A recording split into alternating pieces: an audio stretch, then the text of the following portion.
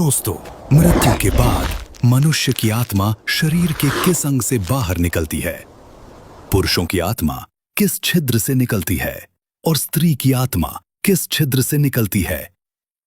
पापी और पुण्यवान व्यक्तियों की आत्मा किन किन छिद्रों से बाहर निकलती है?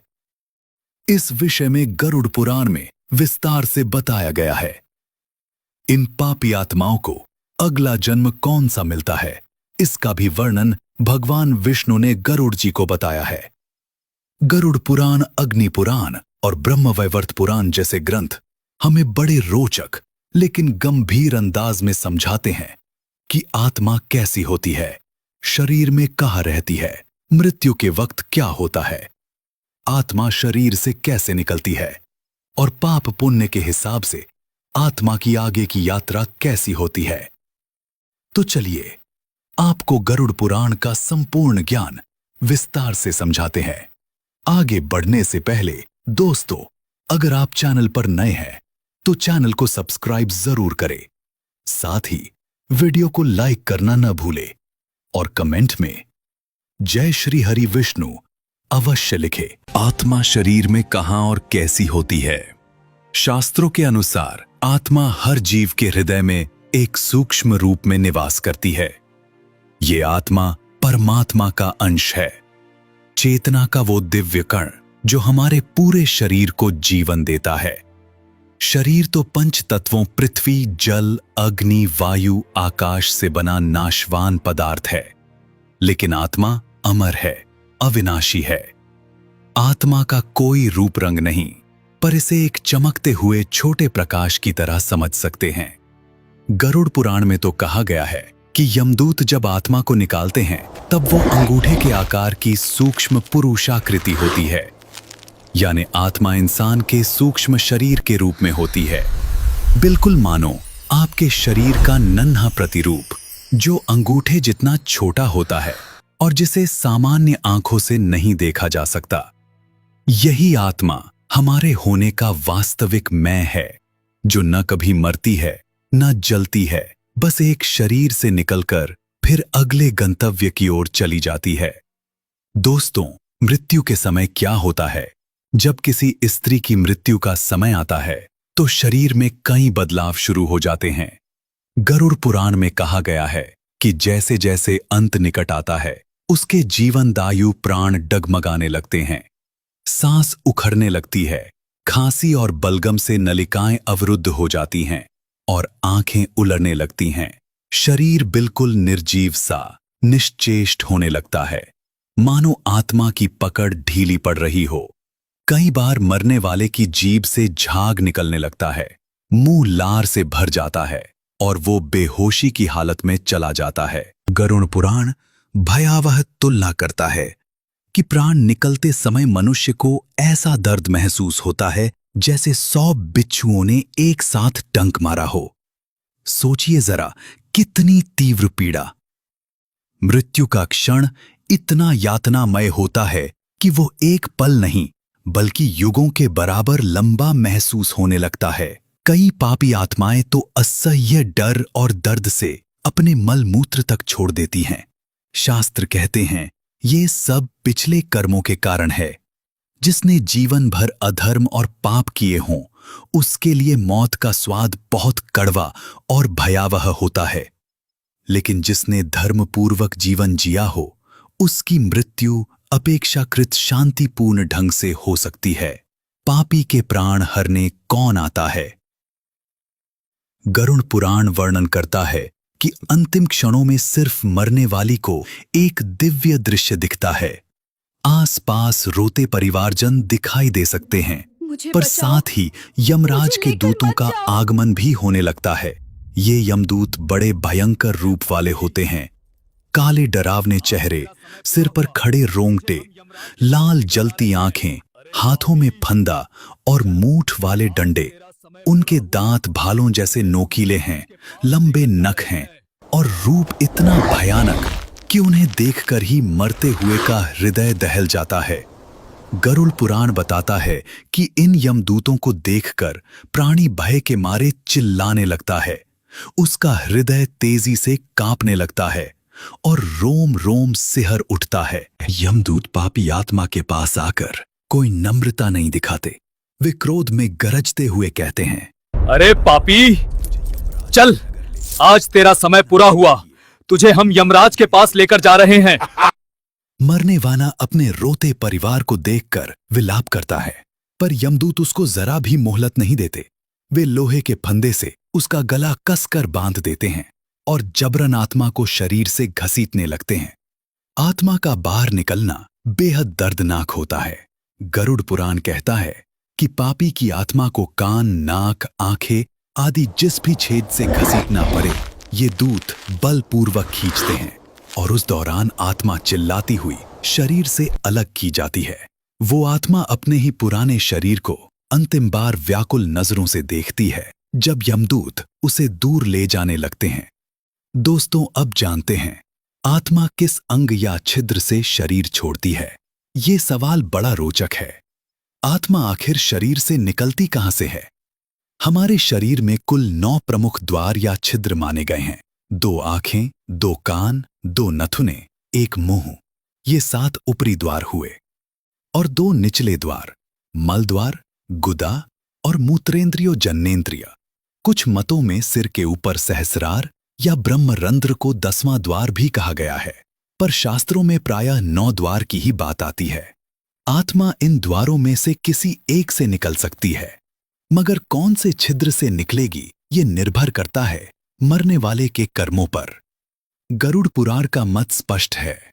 यदि आत्मा पुण्यात्मा है, अच्छे कर्मों वाली है, तो वो शरीर के ऊपरी ऊर्ध्व द्वारों से प्रस्थान करेगी, और यदि पापी है तो निचले छिद्रों से। पुण्यवान लोगों की आत्मा प्रायः सिर के ऊपर स्थित द्वार, ब्रह्मरंध्र या मुंह, आंख, नाक जैसे ऊर्ध्व छिद्रों से निकलती है।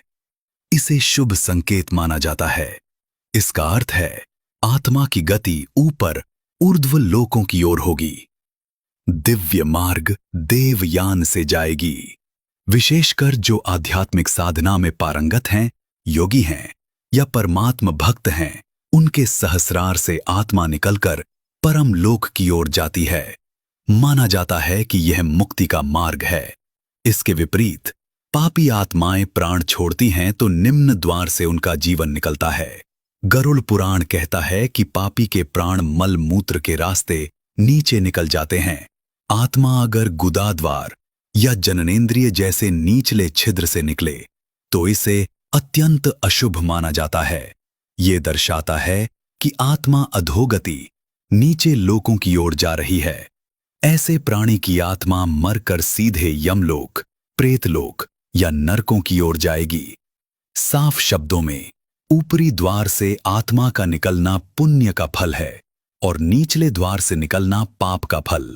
यही कारण है कि हमारे शास्त्र मृत्यु के समय भगवान के नाम स्मरण, गंगा जल, तुलसी दल आदि देने को कहते हैं, ताकि अंत समय शुभ हो और आत्मा ऊर्ध्व मार्ग से शांतिपूर्वक निकले।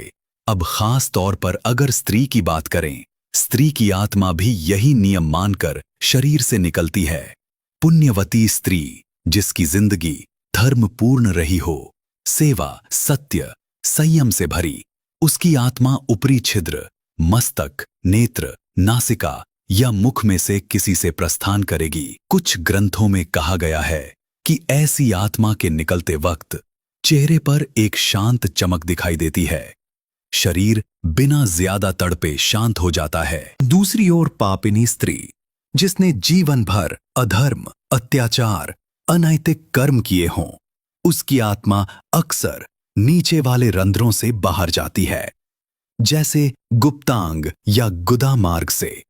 ये उसके भारी पापों का संकेत है कि मृत्यु भी कष्टदायी हुई और आत्मा अधोलोक को चली। गरुड़ पुराण में स्पष्ट लिखा है, पापी के प्राण नीचे के द्वार से निकलते हैं। मतलब यही कि स्त्री हो या पुरुष, पाप पुण्य के अनुसार आत्मा के निकलने का मार्ग तय होता है। मृत्यु के बाद आत्मा की गति कैसी होती है? शरीर छूटने के बाद आत्मा की असली यात्रा शुरू होती है। अब आत्मा अकेली है, न कोई रिश्तेदार साथ जाता है, न दौलत, न शरीर, केवल उसके अच्छे बुरे कर्म साथ हैं। जिनके आधार पर उसे आगे का मार्ग मिलता है।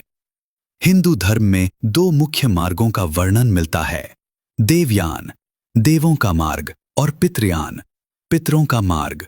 इसका मतलब सरल भाषा में, जो आत्माएं आध्यात्मिक रूप से उन्नत हैं, जिनका जीवन पवित्र रहा, वे देवलोक या ईश्वर के धाम की ओर जाने वाले मार्ग पर चलती हैं, और बाकी आम आत्माएं पितृलोक या यमलोक जाने वाले मार्ग से गुजरती हैं, जहां उनके कर्मों का फल नरक या स्वर्ग निर्धारित होता है। यमलोक की यात्रा, पितृयान मार्ग। अधिकांश आत्माओं को मृत्यु के बाद यमदूत यमराज की सभा यमपुरी में ले जाते हैं। जैसा हमने देखा, पापियों को क्रूर यमदूत घसीटते हुए ले जाते हैं। ये यात्रा गरुड़ पुराण में काफी लंबी बताई गई है, लगभग 86,000 योजन, यानी बहुत लंबा रास्ता पार कर आत्मा यमराज के शहर पहुंचती है। रास्ते में 16 भयानक नगर आते हैं, जहां आत्मा अपने कर्मों के अनुसार अलग अलग कष्ट और मनोव्यथा झेलती है। जब हम उदाहरण के लिए कहीं तपती रेत की सड़क है, जहां प्यास से व्याकुल आत्मा नंगे पैर दौड़ती है, तो कहीं आग के जंगल की लपटें हैं, कहीं बर्फ जैसी ठंड। एक भयानक नदी आती है, वैतरणी नदी, जो रक्त, पीप और गंदगी से भरी है, जिसमें मगरमच्छ, सांप जैसे जीव हैं। जिसने जीवन में गोदान किया हो या पुण्य किए हों, उसे इस वैतरणी को पार कराने नाव या गाय की पूंछ मिल जाती है, पर जो पापी हो वो इसमें डूबकर यातना पाता हुआ पार होता है। आत्मा को प्रत्येक क्षण एहसास होता चलता है कि उसने जीवन में क्या पाप किए। यमदूत रास्ते भर उसे कोड़े मारते हैं, धक्के देते हैं और डराते हैं। आत्मा भूखी प्यासी, थकी हुई, बेबस सी आगे बढ़ती है। उसे अपने परिवार की याद सताती है, पर अब पछतावा करने के सिवा कुछ नहीं कर सकती। लगभग 47 दिन या कुछ हफ्तों का समय इस यात्रा में लग जाता है। भिन्न ग्रंथों में अलग वर्णन है। अंत में यमपुरी, यमराज की नगरी आ जाती है, जहां यमराज को दक्षिण दिशा का फाटक पापी आत्माओं के लिए खोलने को कहा जाता है। गरुड़ पुराण कहता है कि यमपुरी के 4 द्वार हैं, पूर्व, उत्तर, पश्चिम और दक्षिणा। दक्षिण द्वार से वे आत्माएं लाई जाती हैं जिन्होंने जीवन भर पाप और अधर्म किए, यमराज के दरबार में पेश होने के लिए। वहां चित्रगुप्त उनके कर्मों का लेखा पढ़कर सुनाते हैं और यमराज उनके दंड या पुरस्कार का फैसला करते हैं। फिर उन आत्माओं को उनके कर्म अनुसार नरक भेजा जाता है, या कुछ को थोड़े बहुत पुण्य हों तो कहीं अल्प सुख भोगने स्वर्ग में भी भेज सकते हैं। लेकिन स्वर्ग नरक का समय खत्म होने के बाद ज्यादातर आत्माओं को फिर से पृथ्वी लोक में जन्म लेना पड़ता है। ये संसार चक्र यूं ही चलता रहता है। देवयान मार्ग, ऊर्ध्वगमन। अब प्रश्न आता है कि क्या सबको यमदूत ही लेने आते हैं? नहीं, भक्ति और पुण्य के बल पर कुछ आत्माओं के लिए रास्ता थोड़ा भिन्न हो सकता है। यदि स्त्री ने अपना जीवन बड़े सत्कर्मों में लगाया, ईश्वर भक्ति की या योग साधना द्वारा आत्मोन्नति की, तो मरते समय माहौल फर्क होगा। गरुड़ पुराण कहता है कि ऐसी धन्य आत्मा की मृत्यु शांत होती है, अंतिम सांसें भी आसानी से निकलती हैं, चेहरे पर तेज होता है, आसपास परिवारजनों द्वारा राम नाम, भगवान की बातें की जाती हैं। गंगा जल, तुलसी दल दिया जाता है, जिससे उसकी आत्मा को संबल मिलता है। सबसे बड़ी बात, उस आत्मा को यमदूत जबरदस्ती घसीटने नहीं आते। उसके बदले दिव्य दूत या देवदूत आते हैं, जो बड़े आदर से आत्मा को साथ लेते हैं। ऐसी आत्मा शरीर छोड़ती है तो प्रायः सिर के ऊपर या अन्य ऊर्ध्व द्वार से निकलती है, जो बताता है कि इस जीव ने जीवन पवित्र जिया। देवदूत आत्मा को सम्मानपूर्वक यमपुरी के दक्षिण द्वार से नहीं, बल्कि अन्य द्वारों, पूर्व या उत्तर से अंदर ले जाते हैं। इसका फल यह होता है कि यमराज की सभा में भी उसके साथ कठोरता नहीं होती, बल्कि गरिमा के साथ पेशी होती है। कई बार कहा जाता है कि ऐसे धर्मात्मा को यमलोक में भी नहीं रुकना पड़ता, सीधे इंद्र आदि देवताओं के लोक, स्वर्ग में स्थान मिलता है। कुछ श्रेष्ठ आत्माएं, जिन्होंने ईश्वर की अनन्य भक्ति की हो, वे देह छोड़कर सीधे परम धाम चली जाती हैं। जैसे विष्णु भक्तों के लिए कहते हैं कि विष्णु दूत आते हैं और उस आत्मा को बैकुंठ ले जाते हैं, फिर यमराज के दूत तो पास भी नहीं फटकते। अग्नि पुराण में भी कहा गया है कि पुण्य आत्माओं को मृत्यु के बाद ऐसे मार्ग से ले जाया जाता है जहां कोई कष्ट नहीं होता, जबकि पापियों को कष्टदायक रास्ते से यमलोक ले जाया जाता है। कुल मिलाकर जैसे कर्म वैसा फल। मरने के बाद आत्मा या तो देवयान प्रकाश मार्ग पकड़ती है या पितृयान धूम्र मार्ग पकड़कर न्याय के लिए यमराज की ओर जाती है। दोस्तों, अब हम आते हैं उस हिस्से पर जिसका जिक्र सुनकर शायद आपके रोंगटे खड़े हो जाएं। पाप कर्मों के आधार पर अगले जन्म की योनियां। गरुड़ पुराण और ब्रह्म वैवर्त पुराण में विस्तार से बताया गया है कि कौन से पाप के फलस्वरूप आत्मा को अगले जन्म में किस योनि से जानवर आदि में जन्म लेना पड़ता है। खासकर स्त्रियों के संदर्भ में कुछ पाप ऐसे बताए गए हैं जिनसे उन्हें बड़ी ही नीच योनियों में जाना पड़ सकता है। आइए कुछ उदाहरण कहानी की तरह समझें। पति से बेवफाई या परपुरुष गमन, व्यभिचार। यदि किसी स्त्री ने अपनी पति को धोखा दिया, परपुरुष के साथ संबंध बनाए या उल्टा आचरण किया तो शास्त्रों में उसका फल भयंकर बताया है। ब्रह्म वैवर्त पुराण में एक कथा आती है जिसमें ऐसी स्त्री मरने के बाद लंबे समय तक नरक में सड़ती है और फिर लाखों बार गिद्ध बनकर जन्म लेती है। सैकड़ों वर्षों तक सुअरनी से मादा सुअर की योनि में रहती है और सैकड़ों जन्म तक जंगली हिंसक जानवर बनती है। देखिए, एक पति को त्यागने या व्यभिचार करने का कितना भयानक परिणाम बताया है। पहले असंख्य नरक यातनाएं, फिर गिद्ध, सुअर, हिंसक जानवर बनना। अंत में कहा गया है कि यदि कभी वो स्त्री फिर मानव रूप में आती भी है तो विधवा, दरिद्र और रोगिणी बनकर जन्म लेगी। गरुड़ पुराण में भी कहा है कि जो पुरुष पराई स्त्री के साथ व्यभिचार करते हैं उन्हें अगले जन्मों में भयानक राक्षस योनि भुगतनी पड़ती है। विशेषकर यदि वो स्त्री किसी ब्राह्मण या पूज्य कुल की थी तो वो पिशाच ब्रह्म राक्षस बनकर भटकते हैं। एक जगह ये भी वर्णन है कि पराई स्त्री से संबंध रखने वाला अगले जन्म में सियार होता है। अब स्त्री ने खुद अपने शरीर को पाप कर्म में लगाया तो उसे भी उस पाप का फल समान ही मिलता है। यानी ऐसी पापिनी स्त्री भी मरकर आत्मा के रूप में प्रेत योनि में भटकती है और फिर कुतिया, सियारन जैसी नीच योनि में जन्म लेती है, जहां जीवन भर उसे तृष्णा और तिरस्कार ही मिलता है। गर्भपात या गर्भ की हत्या। हमारे धर्म ग्रंथों में गर्भपात को एक बहुत बड़ा पाप माना गया है क्योंकि ये सीधे एक अनजान जीव की हत्या है। ब्रह्म वैवर्त पुराण में यमराज कहते हैं, जो व्यक्ति गर्भ में पल रहे शिशु का नाश करते हैं उन्हें मृत्यु के बाद सीधे कुंभीपाक नरक में डाला जाता है।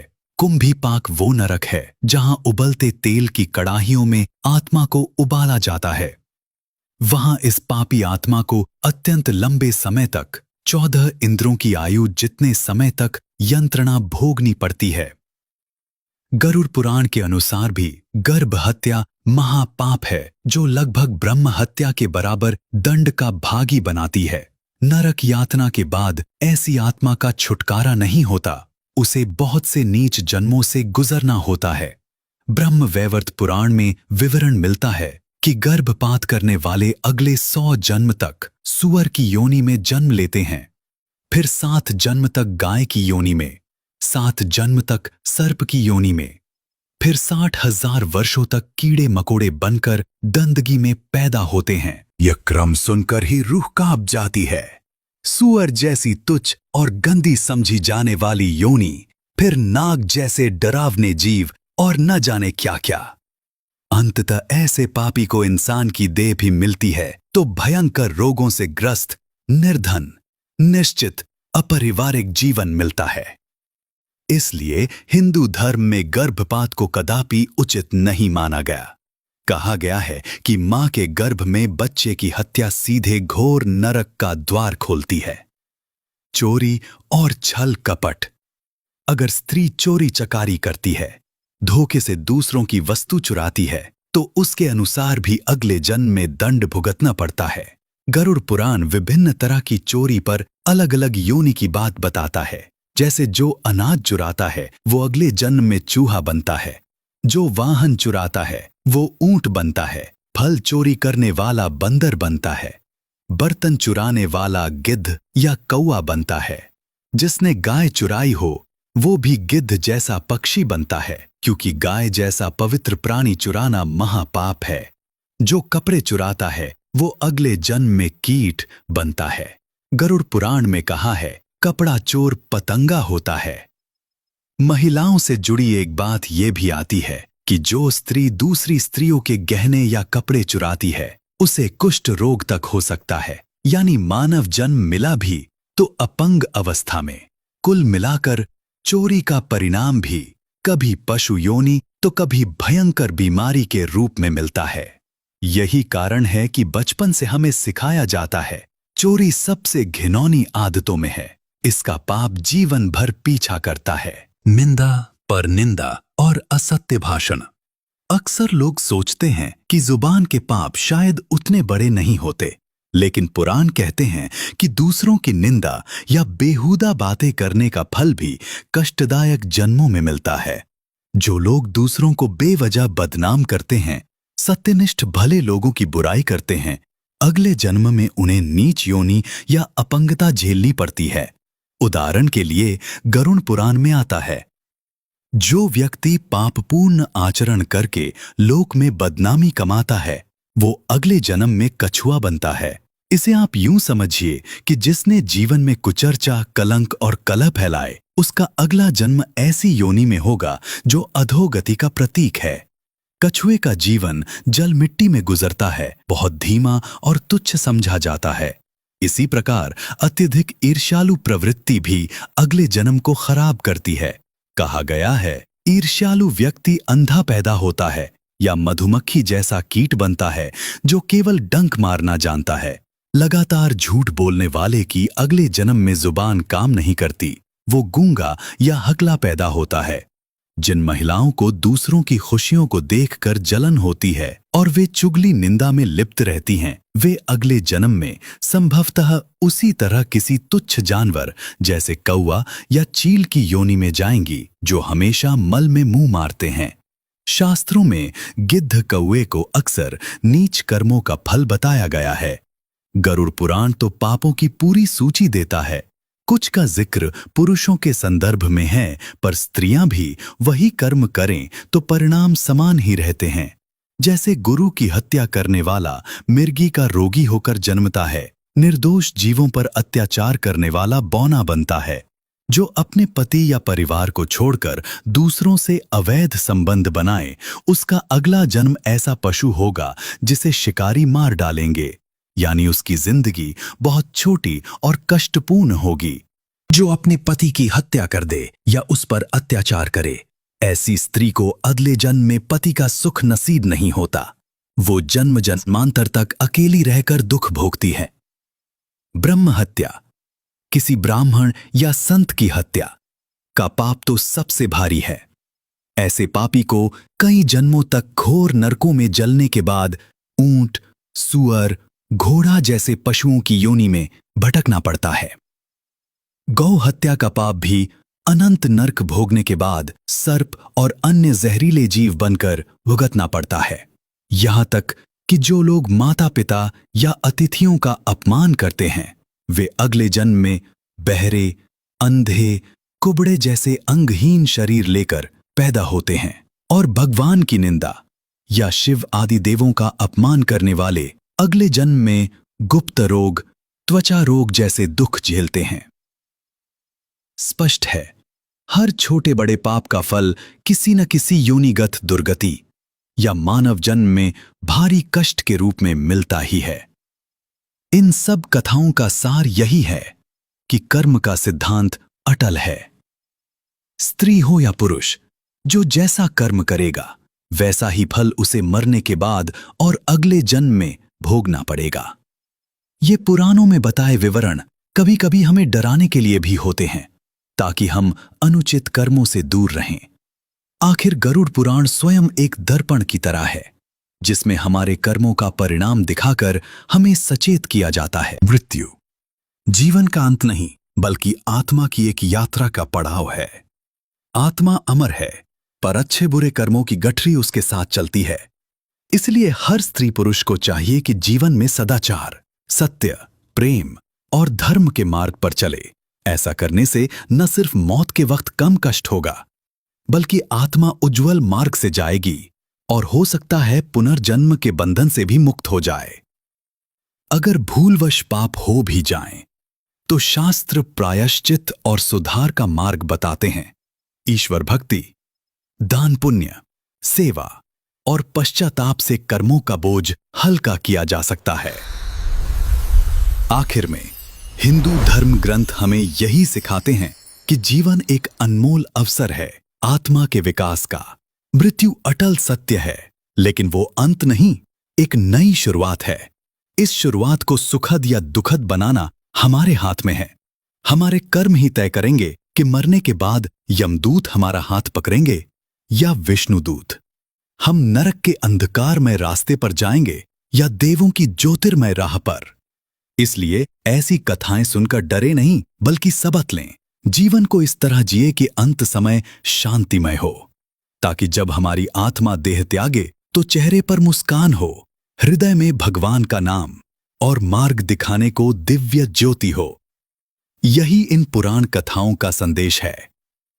तो दोस्तों, इस प्रकार से गरुड़ पुराण में मृत्यु के बाद के आत्मा के सफर के विषय में बताया है।